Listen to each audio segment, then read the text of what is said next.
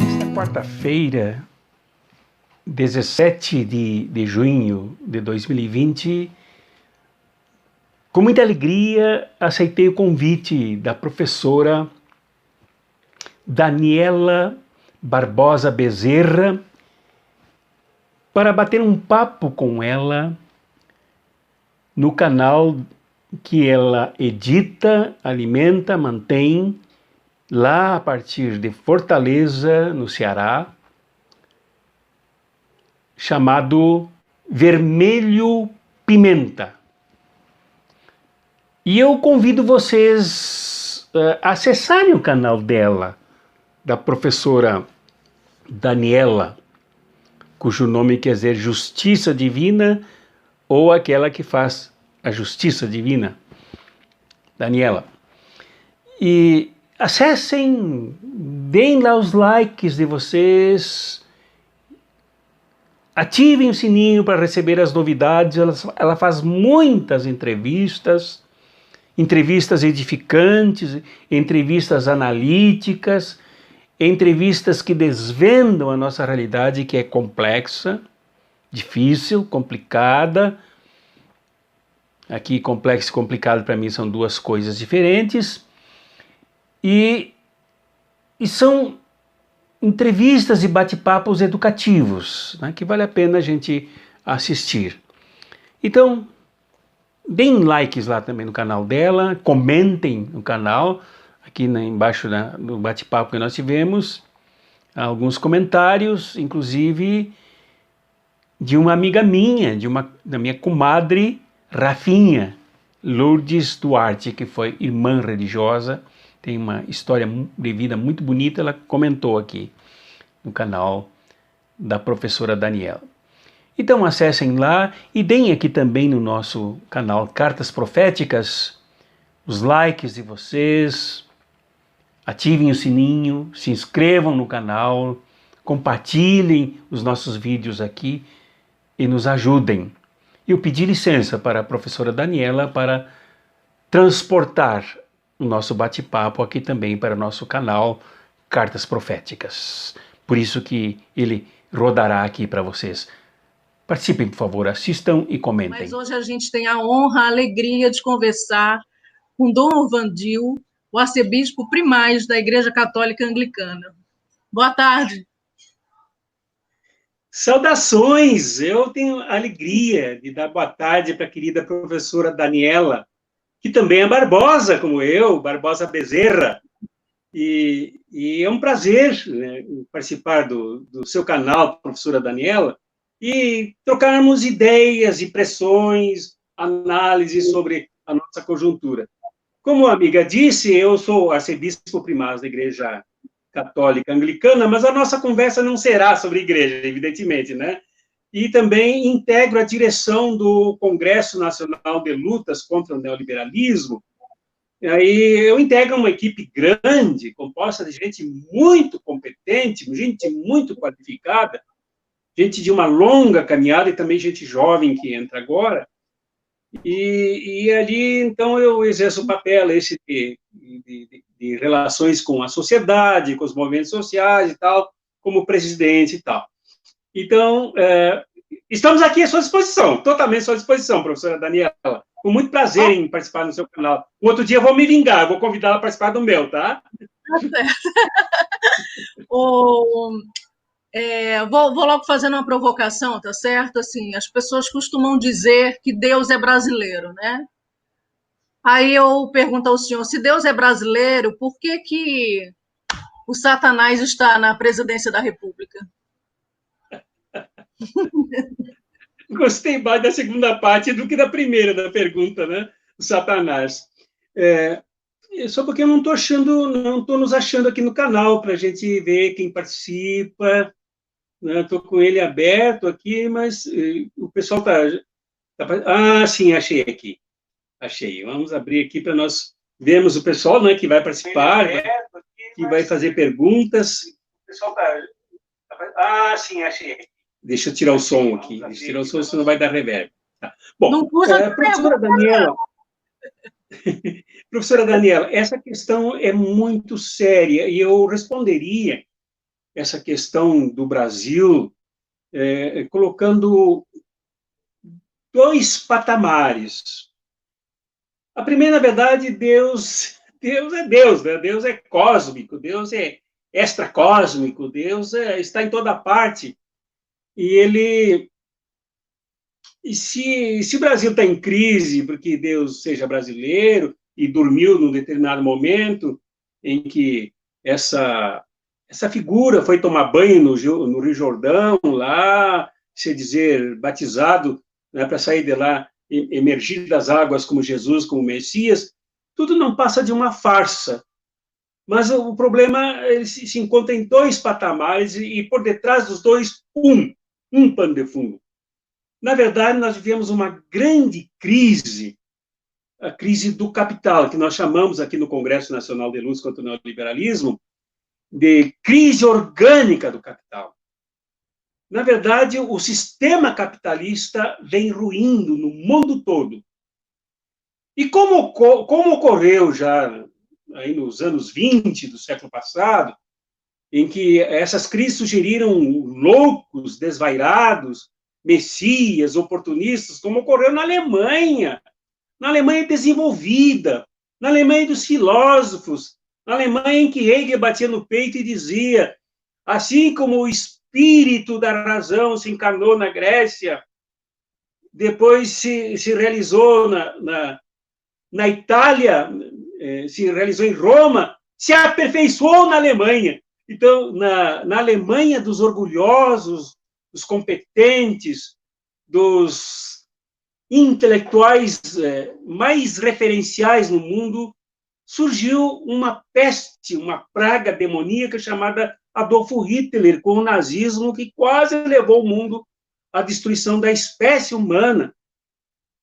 Foi no bojo de uma crise, uma das grandes crises do capitalismo. Então, da mesma forma agora, como acontece nos Estados Unidos, que tem um fenômeno igual, né, com o ratão branco lá, o Donald Trump, né, que entrou exatamente no vácuo da crise.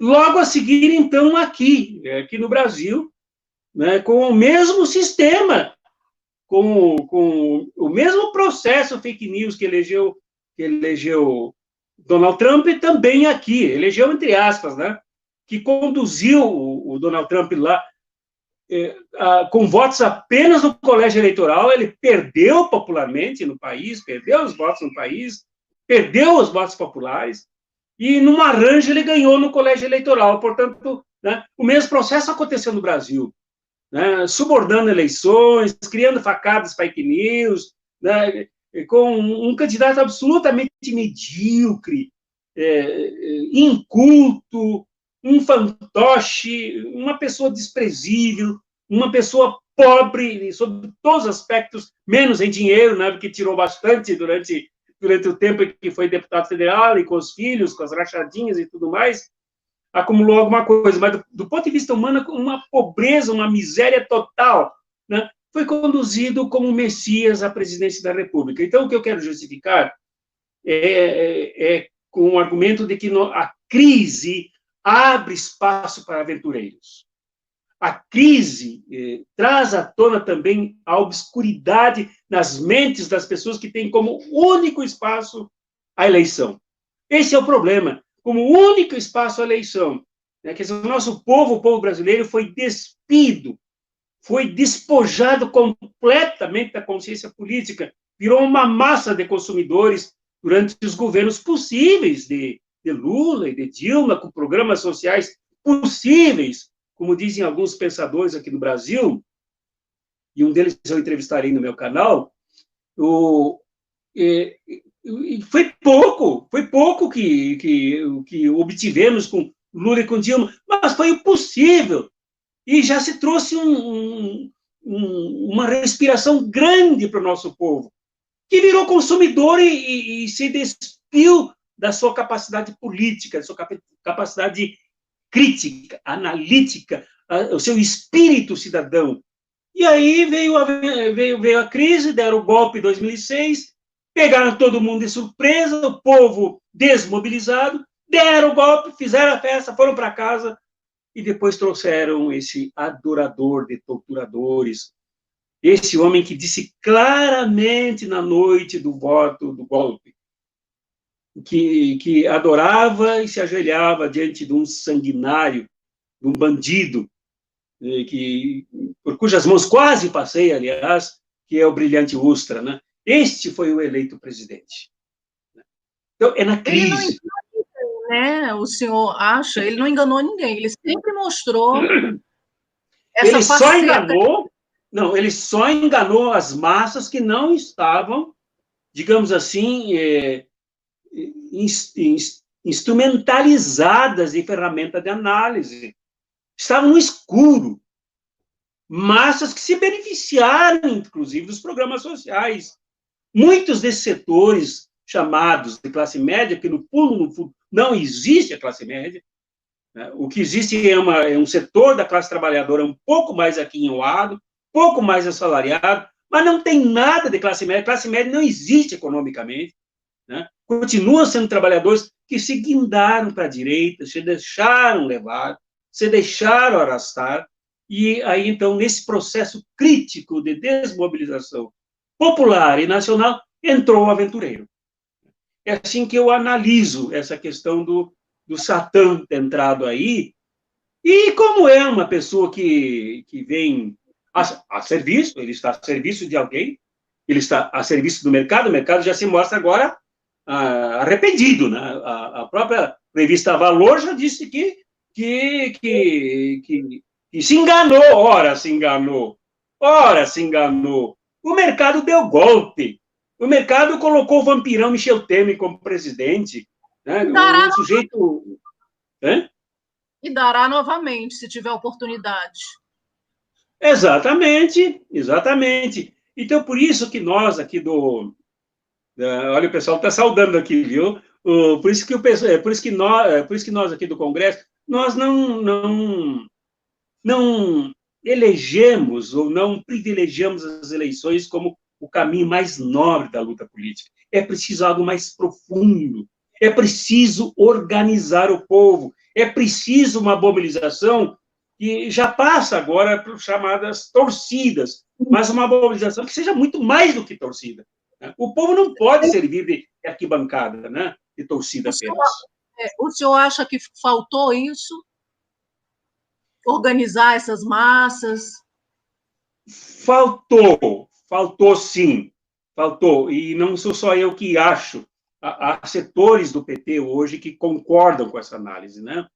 E o setor a qual pertenço, que não é petista, né?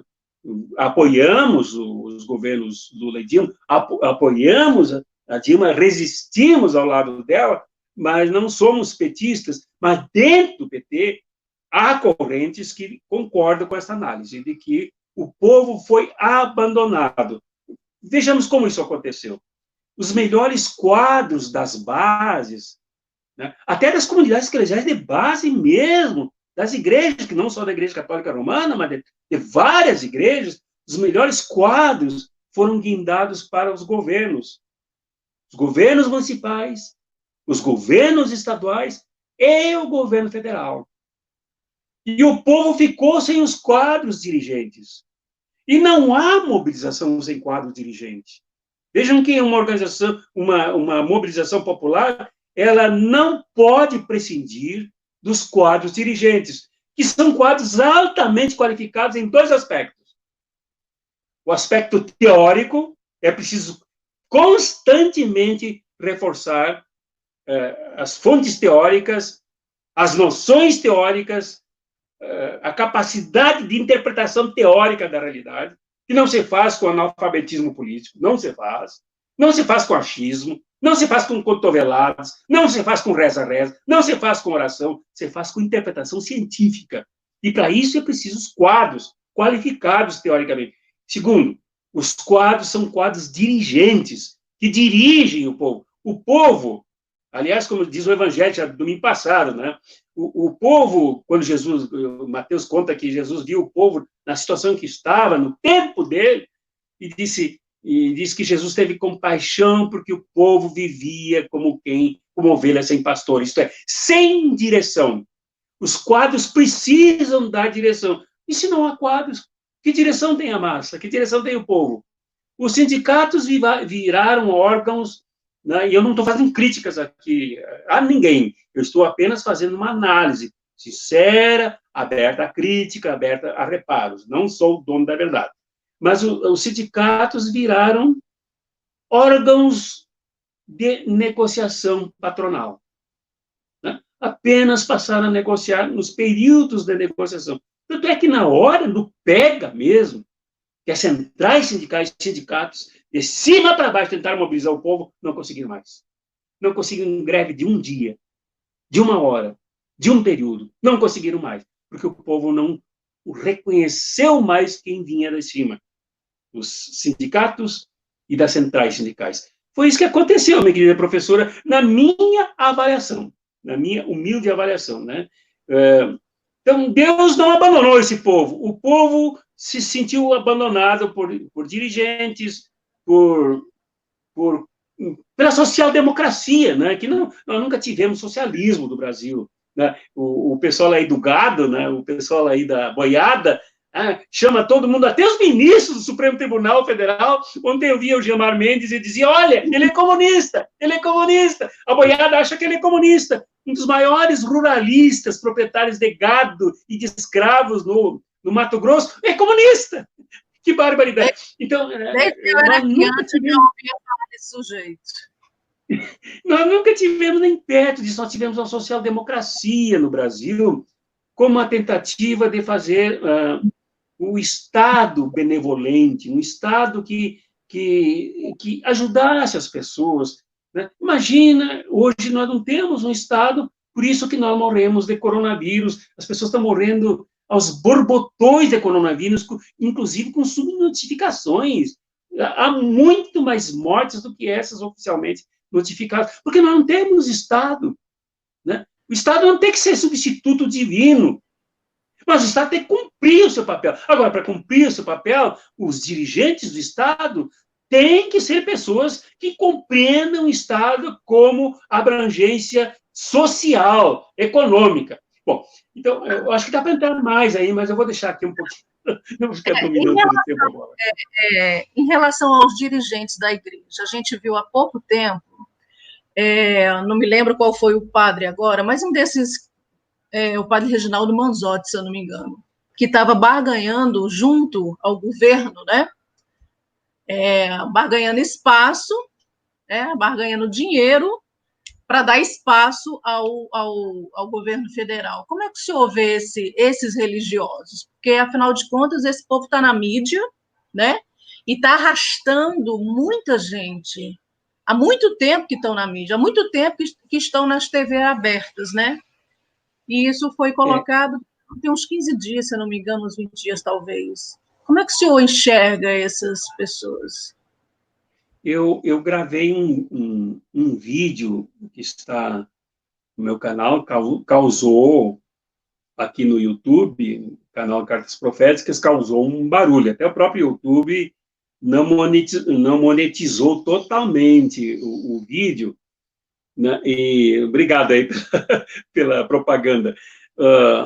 Não monetizou totalmente o vídeo porque eu fiz uma crítica pesada a esses padres. Tanto que o padre esse lá do Paraná, o meu nome? Mesotti?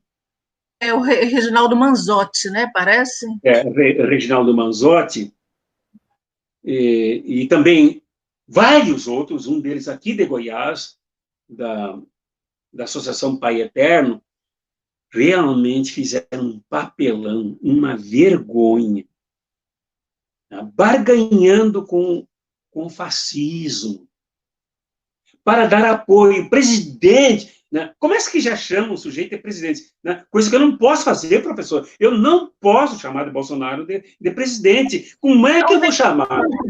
Não tem condição.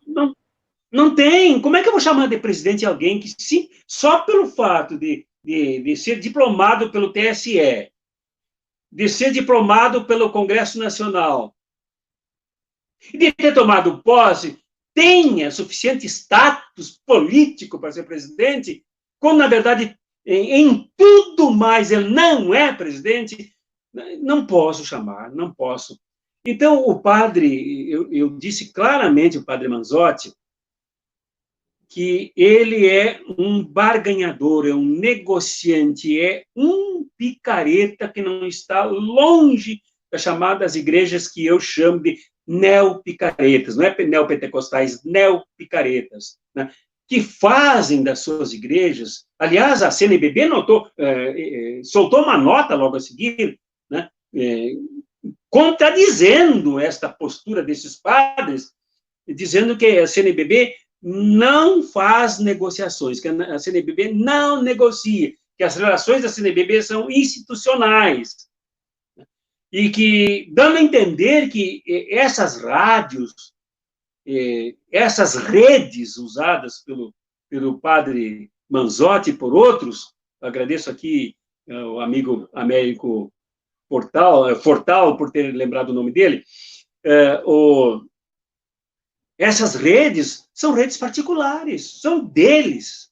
Então, os caras são empresários. Eles são empresários tanto quanto Silas Malafaia, eles são empresários tanto quanto Edir Macedo, são empresários tanto quanto R.R. Soares. Eles fazem negócios da fé. E mais, para fazer negócios da fé, para terem benefícios, terem vantagens, ganharem dinheiro, eles apoiam o fascismo. Eles apoiam uma política que se desenvolve no nosso país contra os trabalhadores, contra os pobres, contra aqueles que agora morrem sem assistência da saúde pública, porque a saúde pública está sendo destruída. Mas que padre é esse? Mas que Deus, a que Deus eles servem, esses padres? Então, eu fui muito, muito áspero na crítica que fiz, e não estou fazendo críticas à igreja nenhuma, estou fazendo crítica à postura política. Depois ele veio num programa de rádio, estava junto com um bispo, que eu também critiquei numa outra oportunidade aqui, aquele bispo que disse que era preciso pisar na cabeça da serpente e tal, não me lembro o nome dele agora. Fazendo a relação com Lula, era? Fazendo a relação com Lula, né? Que Lula disse que... Da Jararaca, exatamente. Ele, ao lado daquele bispo, ele disse, não, mas me criticaram, me repudiaram, mas eu sou só padre, eu não tenho opção partidária, não acho que os padres têm que ter militância partidária. E eu respondi no meu programa ali aqui no canal no YouTube, o canal Cartas Proféticas. Esse cartasproféticas.org é o blog, né? É o blog. Mas os vídeos todos estão lá no blog cartasproféticas.org. Eu disse lá que o padre Manzotti, além de tudo, está cometendo uma desonestidade intelectual. Porque uma coisa é falar em partidos como siglas, como organismos eleitorais, para a condução de eleições para os legislativos e os executivos. E outra coisa são dois partidos que nós temos no Brasil. Um é o partido da classe dominante e o outro é o partido da classe dominada. E é evidente que o padre Manzotti não é partidário da classe dominada. Ele é integrante do partido da classe dominante. Ele, o padre Marcelo Rossi e tantos outros. E como diz o teólogo Leonardo Boff, num artigo que está no meu blog, ele disse que padres que foram agarrados à imagem de Nossa Senhora, lá dar apoio para Bolsonaro e rezar com o Altraume, são padres que acolhem as ideias dessa pessoal. Então, não são padres da igreja, não são padres cristãos, não são padres que sigam o Jesus profético. Eu não vou nem muito longe, não vou nem para o padre Reginaldo Manzotti, não. Aqui mesmo, onde eu moro, na periferia de Fortaleza, o padre da igreja aqui perto, na época das eleições de 2018, ele ia claramente para a igreja lotada, para falar mal do Haddad, que comunismo era coisa do demônio, blá, blá, blá. Aqui, na periferia de Fortaleza. Tanto que alguns alunos meus vieram me dizer isso, muito indignados, sabe, na época. Então, aqui, pertinho.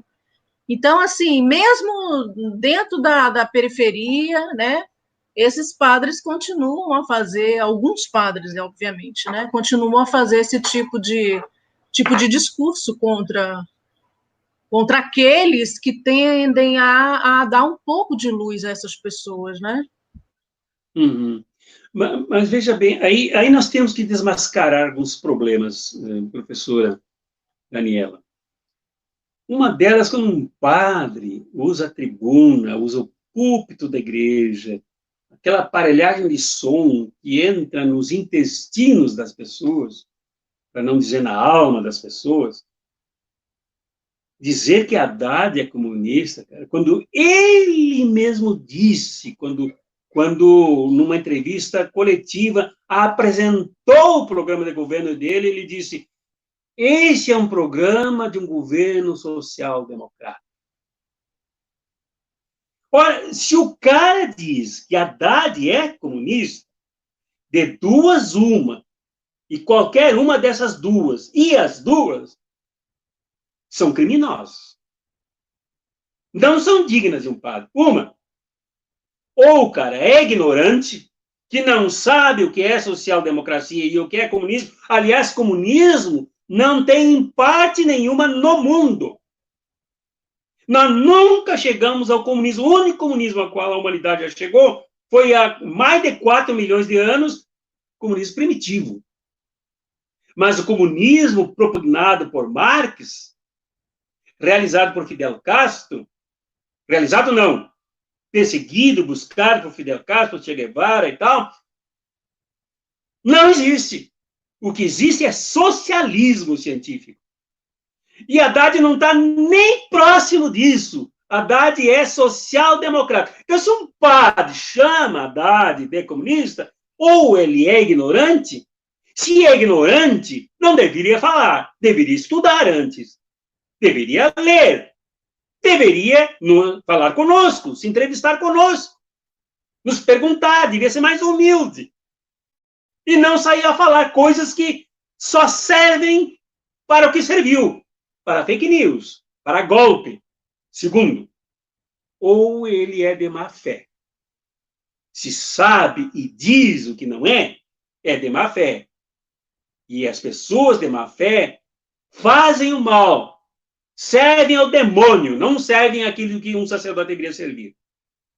E isso, minha querida professora Daniela, isso muitos padres realmente disseram. Aqui mesmo em Goiânia, onde eu moro, da onde falo, muitos padres fizeram isso. E no estado de Goiás, um padre fez um vídeo e rodou na internet com milhões. Eu puxei esse vídeo e critiquei ponto por ponto esse vídeo. E o arcebispo dele aqui, Dom Washington, o chamou. E ele chamou a atenção, ele chorou. Mas ele não retirou o que ele disse.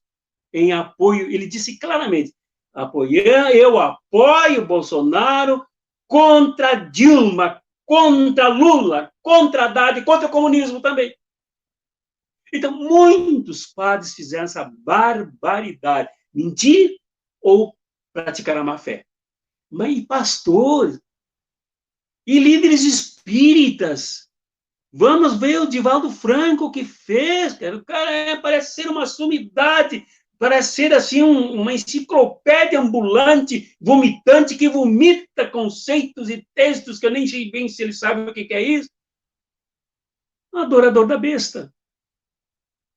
Recomendou o voto em Bolsonaro. Então, vejam em que situação nós estamos, com gente usando da palavra, usando do espaço sagrado para mentir. Ainda tinha uma história, ainda tinha uma história, né, de dizerem que o Moro era o Emanuel, né, voltando à Terra. Não tinha uma história assim, né, do espiritismo? Não, né? Conheço essa, não conheço. Tinha essa, sim, que o Moro, por falar em Moro, Dom Vandil, por falar em Moro, quem é mais criminoso? É o Moro ou o Bolsonaro? Minha amiga professora, Essa, aqui é para botar pimenta. Não, essa medição é difícil, sabe por quê? Porque é difícil? Porque um serviu ao outro. O Moro foi que abriu caminhos para o golpe em 2016. E depois ele abriu caminhos para o segundo golpe, que foram as eleições fake news. Prendeu Lula antes das eleições. Impediu o direito de Lula falar de dentro da cadeia para apoiar o seu candidato, dentro da prisão para apoiar o seu candidato. Então,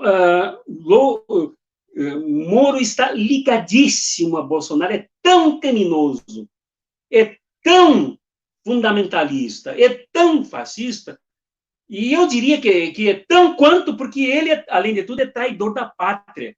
Né? Como disse, né, e agora estou entrando em contato com a professora Marilene Chaui para entrevistá-la, porque a filósofa Marilene Chaui foi a primeira a denunciar o Moro como um servidor dos interesses estadunidenses, no sentido de destruir a Petrobras para entregá-la desmantelada, de graça, como está acontecendo. Me lembro. Então, Moro e Bolsonaro estão no mesmo nível. A disputazinha deles lá dentro do governo foi apenas de beleza, porque, em profundidade, nenhum diverge do outro.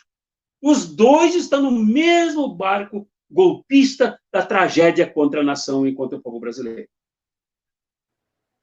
O Moro quebrou as empresas nacionais.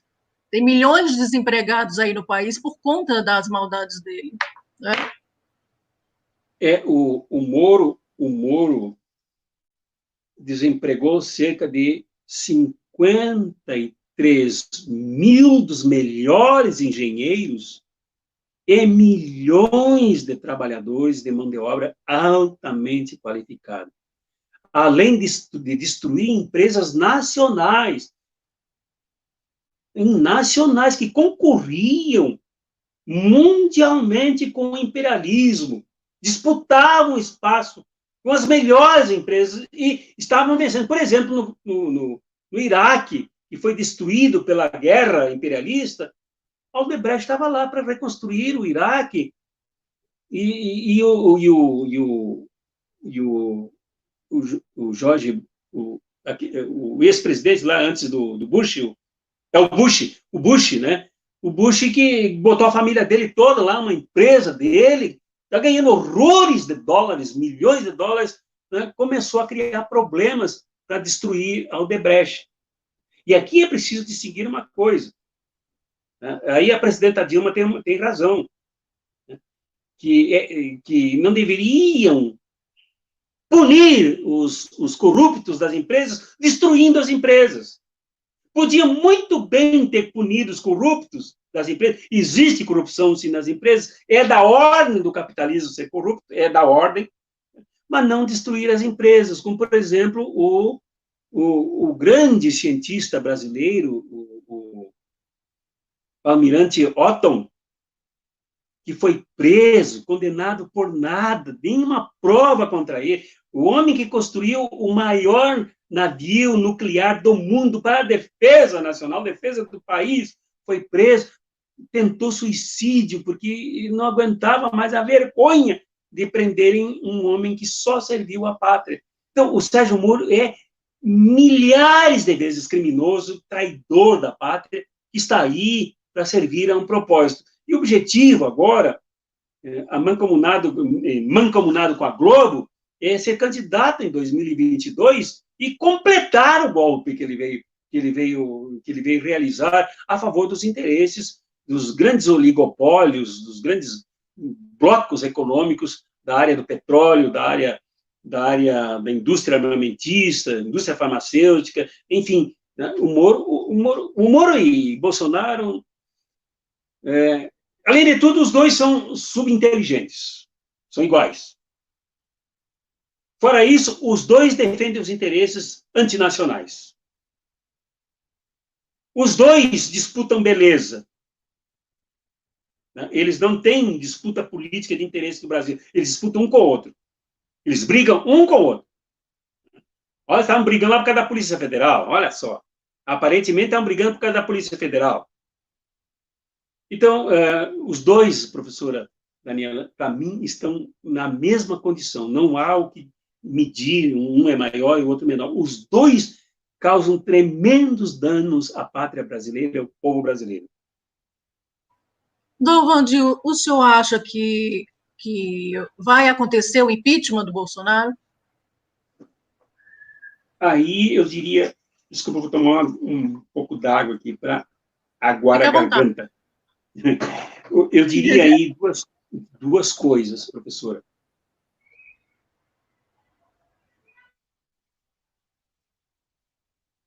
Essa questão do impeachment, coligada com a ideia do golpe, é uma questão séria. O golpe militar, que, aliás, já foi dado, né?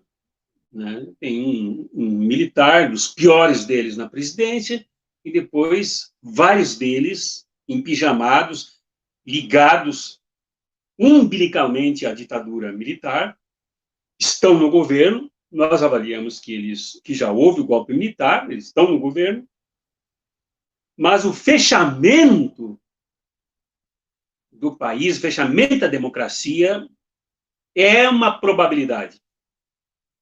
É uma probabilidade. Fecharem o Congresso, fecharem o Supremo Tribunal Federal, fecharem o Judiciário, fecharem tudo, fecharem a mídia, nos fecharem, nos proibirem os nossos canais aqui, né?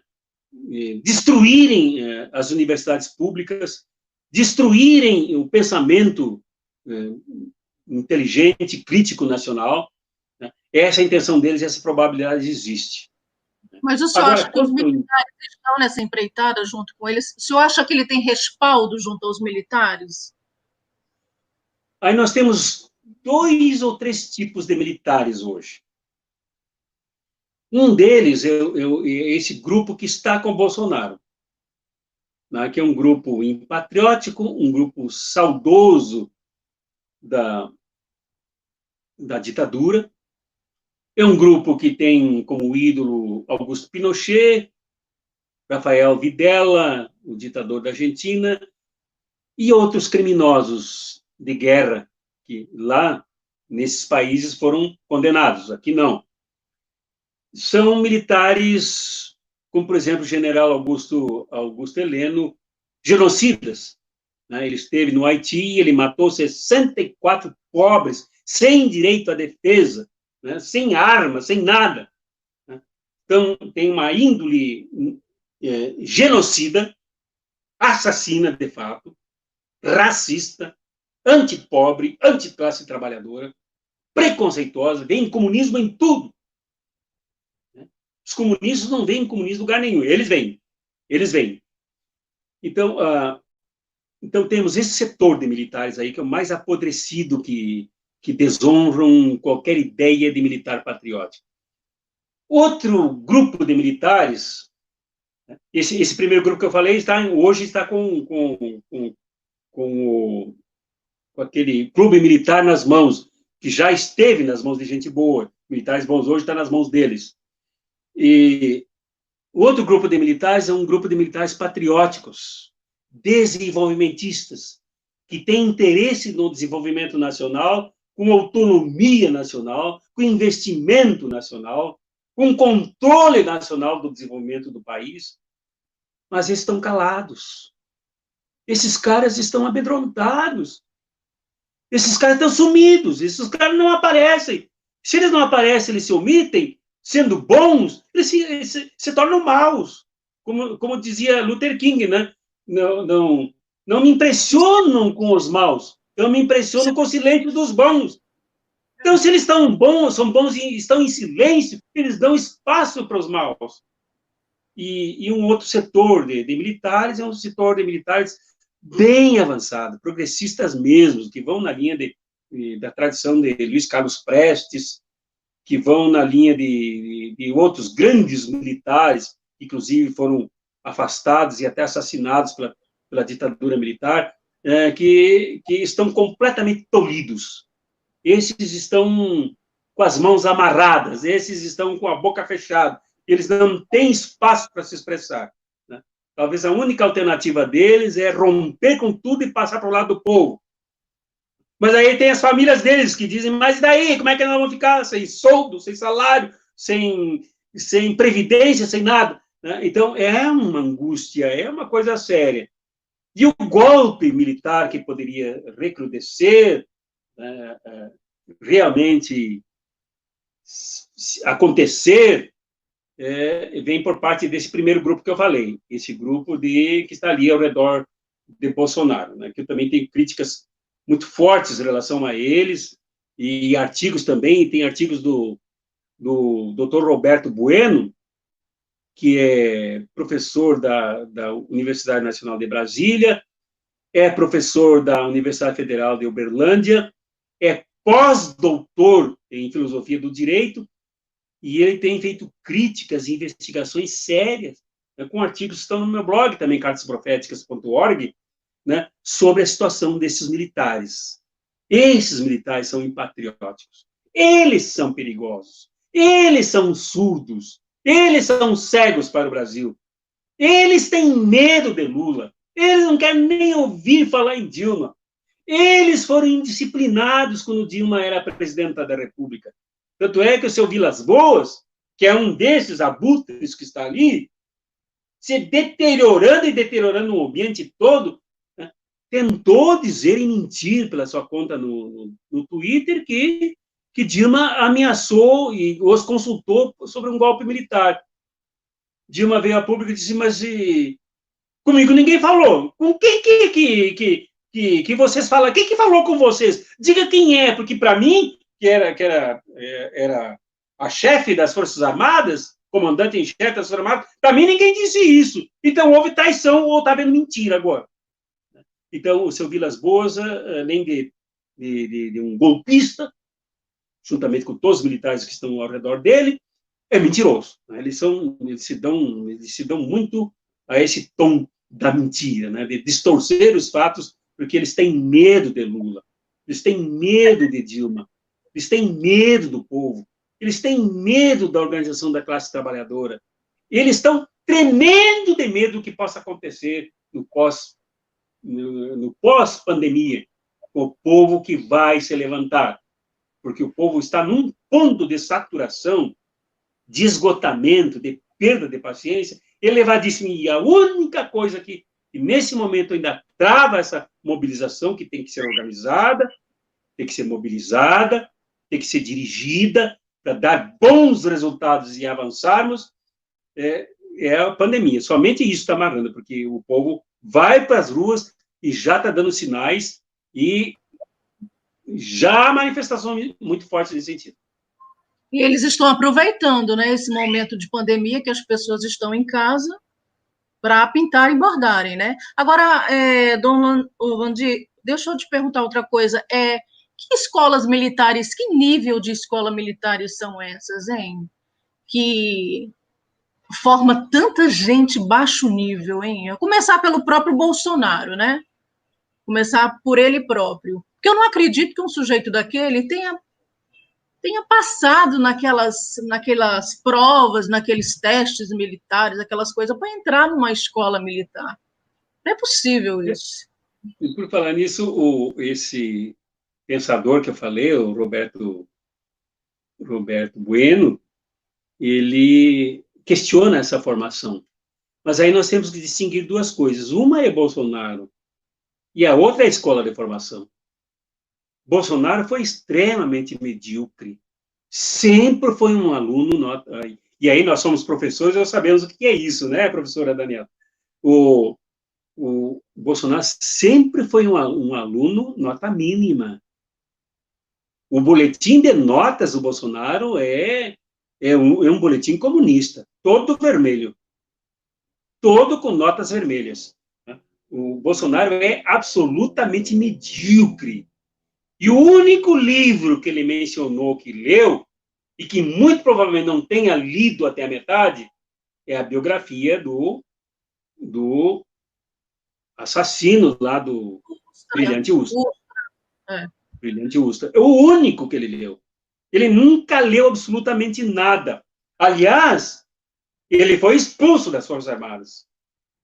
E graças a um julgamento arranjado também, que foi logo após a ditadura militar, com Sarney no governo que procedia da ditadura militar, com os ministros do Superior Tribunal Militar, que ainda eram indicados pela ditadura, ele teve uma maioria que o absolveu, com a condição de que ele saísse. Foi um erro, né? Que foi um grande erro. Exatamente. Se ele tivesse sido expulso, ele não estaria aqui, né? Ele não estaria aqui agora. Mas não. Então, esta linha que criou monstros como o Bolsonaro é uma linha militar que corre por fora da formação. Agora, a formação deles vem através das agulhas negras, né, da Escola das Agulhas Negras aí do Rio de Janeiro, e que tem forte influência americana. Tanto que os cursos, as formações complementares são dadas nos Estados Unidos. Mas com certeza os americanos conhecem a sua Constituição. Os daqui eu acho difícil. Não, os americanos... E depois disso eu vou falar uma coisa sobre militares americanos, agora a reação que estão com o Trump. Mas só para concluir essa aqui. Quem está dizendo isso não sou eu, quem disse isso foi o Chávez, o presidente assassinado da Venezuela, o Hugo Chávez. Ele também se formou numa escola semelhante. Só que o Hugo Chávez é inteligente. O Hugo Chávez estudou marxismo, estudou leninismo, estudou a ciência política, a ciência econômica, tinha uma militância, e ele avançou e superou a ideologia de Bertrand Russell, né, a ideologia americanoide. Superou. Esses militares que vêm dominando os quartéis, vêm dominando as tropas militares das 3 armas, e também das polícias, as polícias ainda são piores, os policiais ainda são piores, né? Esses militares absorveram completamente a ideologia americanoide. Quando eu digo ideologia americanoide, não é a ideologia dos militares americanos, é a ideologia que vem de lá do mercado, que vem do sistema financeiro, que faz com que todo patriota nacionalista, todo socialista, todo e qualquer revolucionário de qualquer índole seja visto como inimigo. O povo é visto como inimigo. Qualquer manifestação popular tem que ser atacada porque é manifestação de inimigos. Esta é a ideologia desta chamada elite militar americana. Sobre os Estados Unidos, os militares americanos em si, como forças armadas, não são muito exemplos, né? Porque o que eles fazem pelo mundo com a OTAN? Eles fazem guerra, né? Eles fazem guerra contra os povos dentro das nações dos outros povos. Eles nunca fizeram uma guerra nos Estados Unidos. Nunca houve uma guerra nos Estados Unidos. Eles fazem guerra fora dos Estados Unidos para massacrar os povos, sempre em busca de petróleo, em busca das riquezas dos povos, né? Agora está havendo uma crise. Né? Por que está havendo uma crise? Porque o Trump, o ratão branco da Casa Branca, o Trump tentou chamar as Forças Armadas e a Guarda Nacional contra os movimentos sociais que resistem ao racismo. E aí o que aconteceu com o general, comandante do exército americano? Está no meu blog um artigo que eu escrevi sobre isso com informação de lá. E que ele diz, olha, aqui, nós não somos como país de bananeira, como o Brasil, ligados a milicianos, sustentados por rachadistas. Ele disse isso. E você, virando para o Trump, e você não é Bolsonaro. Eu não tenho obrigação de obedecer você para bater no meu povo, para bater no nosso povo americano. Então está surgindo uma consciência nova entre os militares americanos, mas com o seguinte, americano não gosta de apanhar e não gosta de surrar americano, do ponto de vista oficial. Porque do ponto de vista prático, isso acontece todos os dias, contra os povos americanos, contra os negros americanos, contra os pobres americanos, contra os trabalhadores americanos. Mas, oficialmente, não. Então, quando o presidente dos Estados Unidos convoca as Forças Armadas para bater no seu povo, o comandante reage. Então, há uma fagulha de consciência nos Estados Unidos, os militares de lá, né? Coisa que precisa vir a acontecer aqui. O problema é que não temos nenhum general de grande expressão, de grande poder, de grande chefia armada, que tem essa coragem que teve esse comandante americano, estadunidense. Até temos, mas eles estão escondidos, né? Estão escondidos, desabafados, ameaçados, chantageados. Né? Então mesmo. É verdade. Mas eu soube agora assim, que... Não, eu disse Pode que falar. não temos nos comandos. Nós não temos No nos comando. comandos. Nenhum que preste. Né? Nenhum que preste. Nenhum que preste. A gente soube agora que a tal da Sarah Winters foi transferida para a penitenciária, né? Aquela fascistoide lá, que estava ameaçando o STF. E ela foi para Papuda? Foi transferida agora. O DCM divulgou agora. O senhor acha que... Qual a esperança que a gente... Assim, será que nós brasileiros estamos passando por momentos muito difíceis? Porque, além da pandemia, nós temos ainda um Bolsonaro, né? Qual a importância da fé nesse momento da vida da gente? Porque eu reconheço que tem muitos momentos em que você está completamente desacreditado, né? Assim, porque são muitas questões que você precisa resolver. Conhece Arnaldo Ricardo? Ele está nos saudando aqui. Conheço, sim. Então um abraço para ele de minha parte, né? Só que ele errou meu nome aqui, mas isso foi na hora de digitar, né? O Orvandil. Botou então, olha, a fé, ela só é fé em se tratando de cristianismo, e eu não posso falar sobre as outras experiências de fé, as outras experiências religiosas, como budismo, islamismo, espiritismo, umbandismo, que são tradições riquíssimas, e a grande maioria delas muito mais antigas do que o cristianismo.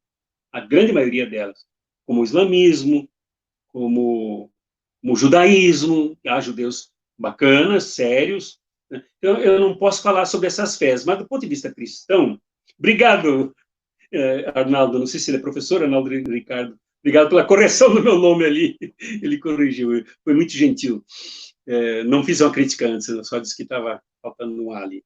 Bom, a fé, segundo a minha compreensão teológica, pastoral, ela só é válida quando ela vislumbra Jesus de Nazaré.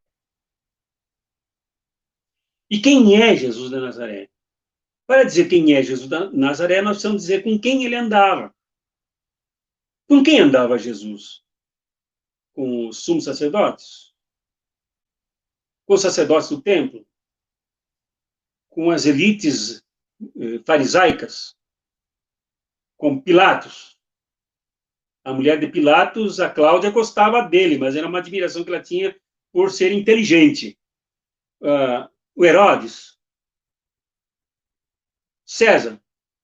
Não, Jesus andava com os lascados, como diz Leonardo Boff, com os pobres, com os mais excluídos da sociedade, como os leprosos, que viviam debaixo de uma lei poderosíssima que rezava que eles deviam ser colocados para fora do muro da cidade, se possível, lá dentro de penhascos, de abismos, para não terem contato com a civilização, com a sociedade, porque o fato do sujeito ser leproso já era sinal de pecado, era sinal de maldição.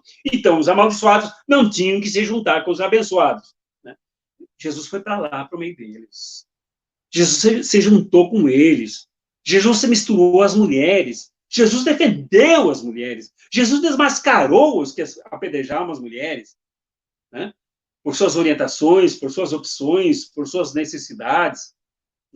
Jesus, qual é o primeiro grupo que Jesus juntou para formar os seus quadros, seu colégio apostólico? Foram trabalhadores, pescadores, que passavam noite pescando e foi para lá para pescar junto. Então, a fé só tem valor, a meu ver, se ela resgatar este Jesus. e trazê-lo como a mais forte referência que nos empurra para a mesma situação do povo hoje. E não é o mesmo povo palestino do tempo de Jesus, mas é o povo com muitas necessidades semelhantes. No Evangelho do domingo passado, né, que foi aquele de Mateus, que Jesus olhou para a multidão e teve compaixão, ele deu um programinha social para os discípulos dele.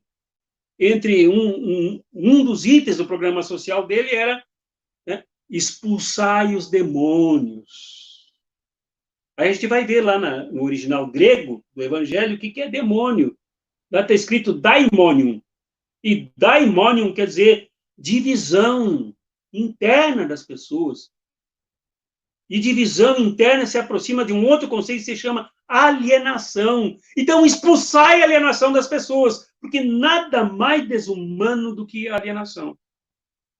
Então, a fé ela tem validade quando ela remete a Jesus, ao Jesus Nazareno, ao Jesus Galileu, ao Jesus palestino, ao Jesus que foi assassinado pelo poder do Estado dominante. Sem isso, nós não temos fé. O que nós temos tido ultimamente não é fé. Nós temos celebração de balcões de negócios nas igrejas, com padres fazendo discursos fascistas. Inclusive na minha igreja, estou vivendo esse problema, com gente na minha igreja que optou pelo fascismo, que optou pela companhia de torturadores. E eu, como chefe da igreja, estou tendo um problema sério. Só que eu não vou seguir na deles, não vou passar a mão na cabeça deles. Eles vão ter que escolher. Nós vamos sentar e eles vão ter que escolher. Serão livres somente para escolher o seguinte: ou seguem ou caem fora. E não tem alternativa. Ah, não, os coitadinhos vão perdoar. Não tem perdão. Não tem perdão. Então é isso. Não. A fé é só essa para mim. Não tem outra. Nós temos outras coisas que se chamam religiosidades. Certas expressões muito confusas, muito fragmentadas, muito empobrecidas. Mas fé mesmo, não. Então, como diz a filosofia, né, que naquele livrinho lá do Paul Tillich, o ser, ele diz que coragem não é ausência de medo. Né? Coragem é a gente ter a capacidade de carregar o medo junto. Fé é isso. Nós estamos com muito medo hoje. A gente sai às ruas com medo. Eu, principalmente, que estou com a cara a tapa, eu estou com a cara em público. Já sofri atentado de bombas, inclusive aqui no edifício onde eu moro. Já fui preso durante a ditadura, fui torturado, condenado 2 anos e meio de cadeia. Eu tenho medo de sair às ruas. Agora, eu agarro meu medo, põe na minha bolsa juntamente com o coronavírus e levo junto. Cara. Eu não me encolho. Então, coragem de quem tem fé é agarrar o medo que temos. Aliás, o Evangelho do próximo domingo falará sobre o medo. Né? Agarrar o medo e levar junto. O momento é de muito medo, muita sombra, muita incerteza. E fé é isso, agarrar esse medo e tocar para frente. E tocar para frente é o que é? É construirmos uma sociedade nova. Porque essa que está aí, com uma classe dominante absolutamente insensível, desumana, golpista, mentirosa, que só concentra a riqueza nas suas mãos em desprezo da grande maioria que trabalha para essa elite, essa sociedade não serve mais. Esse modelo econômico e social não serve mais. Ele tem que ser substituído. Ou a fé passa por aí e encara isso, ou não é fé, é religiosidade. Então tem muita gente religiosa por aí. Vamos rezar para que Deus resolva. Isso não é fé, isso é religião. Você jogar para Deus para resolver o problema. Fé é comigo. A tarefa é minha, é do meu povo, é do meu coletivo, é do meu colégio, é da minha luta. Dom Vandil, eu acho que eu extrapolei o seu tempo. O senhor falou que teria uns 40 minutos, né, 50, a gente já está com 1 hora, mas... Meu Deus! Só para a gente fechar, né? O Arnaldo está falando, é muito bom ouvir um religioso que fala como Papa Francisco, como socialista, sindicalista. que o senhor acha do Papa Francisco? Ele veio realmente para modificar essas estruturas? Olha, ao falar sobre o Papa Francisco, eu falo com emoção. Eu tenho várias pessoas que acessam o meu blog lá na Itália, no Vaticano, e uma delas é o Papa Francisco. Então, eu tenho, não é por isso, mas eu tenho um grande carinho pelo Papa Francisco. O Papa Francisco, para mim, é um milagre. O Papa Francisco é um profeta, é um pastor. Ele diz claramente o que se passa hoje, com a sua última encíclica. Então, ele diz claramente o que se passa hoje, que o capitalismo não dá mais, não serve mais. Ele diz isso de forma taxativa, que é preciso uma outra sociedade. E defende claramente o meio ambiente ameaçado, e é ameaçado pelo capitalismo. Defende claramente a nossa Amazônia. Aliás, a nossa Amazônia, onde a igreja que eu dirijo, é a maior diocese. Né? A Amazônia ele defende a Amazônia com unhas e dentes, e por isso é odiado por esse desgoverno que nós temos no Brasil. Eu realmente me emociono com o Papa Francisco, realmente ele é um milagre, e eu o tenho como o meu guia espiritual, né? Como aquele que me orienta, como aquele que me inspira realmente. Não precisa ser da mesma igreja para temos o Papa Francisco como nosso Papa. É verdade, a mim também, que reconheço que sou assim um pouco distante das igrejas. Está convidada, viu? Tá Está convidada, certo. professora, a formar uma comunidade aí, se quiser. Eu estava até pensando. Na nossa igreja nós ordenamos mulheres, viu? Ah, é? Ótimo. Eu estava É. até pensando nesses dias que sabe quando você tem um professor ruim de matemática e acaba se afastando de matemática, mesmo gostando, né? Foi o meu caso. Sim. A mesma coisa, a minha relação com as religiões. Assim, existe algo latente, mas que acabou não sendo desenvolvido dentro das religiões por conta disso, de não ter assim alguém que falasse realmente aquilo que me tocasse no sentido. E eu acho que o Papa Francisco ele tem feito esse trabalho, tem conseguido inclusive chamar a atenção desses, né, que estão um pouco distantes das religiões de uma forma geral. Então ele tem feito um excelente trabalho, né? Assim, agora eu acredito o nível de retaliação também que deva estar sofrendo, né, dentro da igreja. Não, sem dúvida, o Papa Francisco é um perseguido. Ele é um perseguido. Agora, ele tem uma coisa boa, viu? O teólogo Leonardo Boff conta que ele deita às 9h30 da noite, religiosamente, e acorda às 5 horas, dormindo como uma pedra. À noite, ele esquece de tudo, ele não se deixa abater. É um exemplo de fé.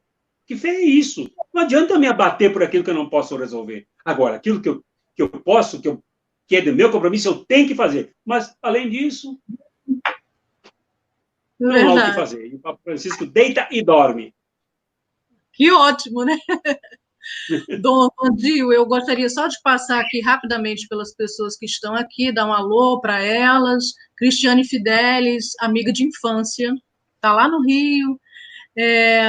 A Fátima Cordeiro, José Roberto Correia, Américo Fortal, que está sempre aqui com a gente.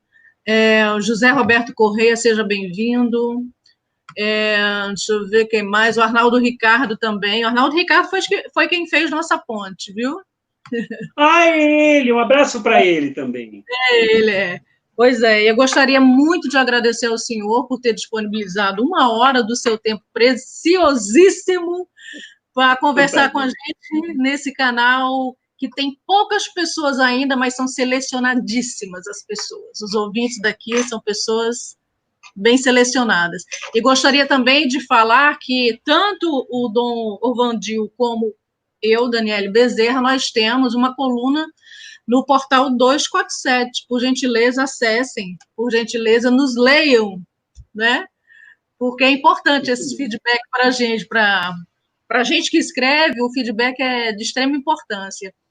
E é isso. E não se esqueçam também de se inscreverem nas cartas proféticas aí no YouTube, né? No YouTube, né, Dom Vandilo? No YouTube. Cartas Proféticas, canal Cartas Proféticas. Isso. E gostaria de te agradecer demais. E eu que agradeço, professora. Eu agradeço ao Arnaldo, né, que fez o nosso meio-campo, né? Isso. Eu agradeço ao Arnaldo por essa ponte e agradeço muito o convite para participar aqui do canal. Eu vou convidá-la também para uma hora dessa, nós trocarmos ideias no meu canal. Eu tenho já uma pauta boa, né? Inclusive com o Eduardo Moreira, viu? Segunda-feira que vem, o Eduardo que Moreira. Maravilha. O economista, né?